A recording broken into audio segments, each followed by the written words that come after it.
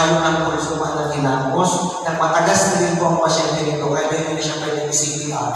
O kaya man ang pasyente nito mga mayo ng pulso, mayo ng hinamos, matagas na po kung hawak niya, luwas na po.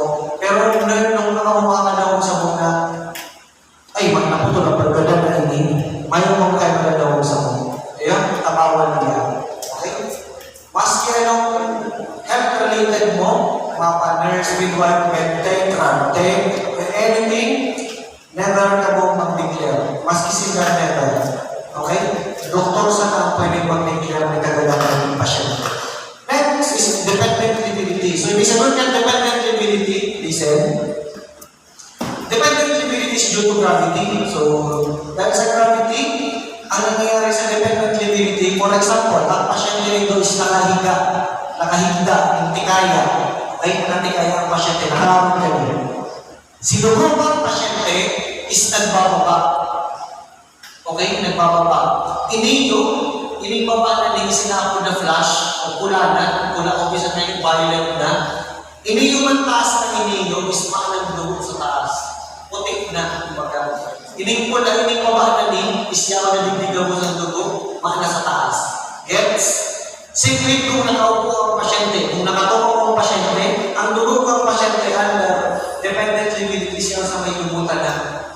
Nasa may lumutan na. Mababa ng dugo, balik sa may lumutan. Okay? Secret kung naka-prone o nakataob ng pasyente. Kung nakaarap ka din. So, ang dugo ng pasyente is nasa baba. Gets ang dependent liability? Alright.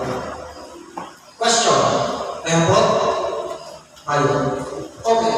No physiological benefit can be expected because the vital function have deteriorated as insufficient or cardiogenic shock. So, ibig sabihin sa pasyente, mas i-revive mo, mayo na, useless na. Okay, useless na. Mayo na ma-function sa iya, sabi ko nga sa bago, mostly ang mga pasyente is nakaasa na sa makina.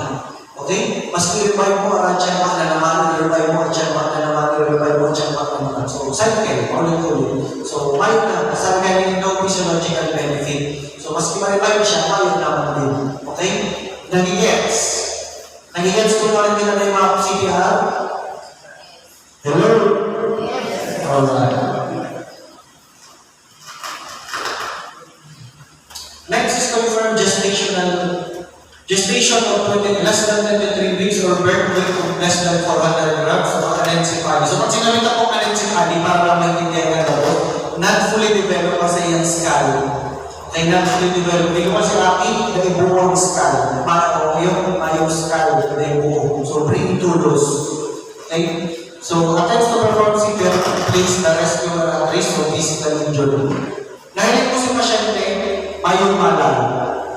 Pag-assess mo doon sa pasyente, negative pulse, negative breathing. Sinundan si pasyente. Sinaksak si pasyente. CPR ka mo niyan, biglang may naglaod. Sinagsundan sa iya o sinagsaksak sa iya. CPR ka mo dahil. Kaya tayo, when not to start CPR, rescuer, place the rescuer at risk of physical injury. So, kung alanganin ka mo sa lugar, kung alanganin ka mo dyan sa lugar, doon ka mo mag-CPR. Diyan? Sinaksak si pasyente. Nahiling mo si pasyente ng pulso, pag-assess mo. Nag-abot sila saksak sa iyang yararan. Maghali ka na, mag-abot ka tanong, police, security guard, militar, kung ano man na, uniform personnel na available dyan sa lugar nito. Pero dahil ka makipagtagas na bubuhayin si pasyente. So, syempre, ginala niya na natin, bubuhayin mo pa. Di ba di ka nalaman? Okay? Next. So, when to stop CPR, so ito yung tinapon na STOPSS or stops. So, S stands for spontaneous signs of circulation or spontaneous signs of life. So, ibig sabihin, si pasyente mo, nagsi-CPR ka, biglang nag-abog, nag-handshake, nag-resist, nag-aray, nagtukaw, nagtindog. Ibig sabihin, stop CPR. Ano giging sunod? Pagpundo mo, automatic, check the circulation or check the pulse. Okay? Sa inyo mo ma-check yung pulse, everybody. Taasan mo, walang tuko kaya, walang tuko. Tuhong ka mo. Itaas ang tuhong ka mo. Ang gagamitan lang is your middle finger kaibigan, nakatukod. Manang iba? Manang iba. Ang pag-check kaya, kung uni ang pasyente, listen, pagkaw ko na, kung uni ang pasyente, ang gagamitin kong kamot o yan ang payong ang pasyente, pinakaharaming kamot ko sa pasyente, and parami sa ko. Ano ibig sabihin ko? O yan ang payong ang pasyente. So ang gagamitin ko is wala. Patok sa Adam sa apple, hindi sa may throw, then slide parani sa ko. Kuha. Parani sa ko. Bakong paaraw gani, bakong paaraw gani, o kung ano-ano pa. Kapot hindi, marami hindi. Kuha. Kung ang pasyente mo, isyaw hindi ang payong, dahil pagbili mo ng pasyente. Ayan.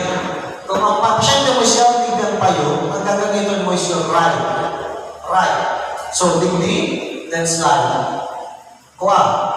So, ma-check ako dyan ni Alex, is less than 10 seconds. So, at least 10 seconds. So, dahil ka mo pwede maglagpas.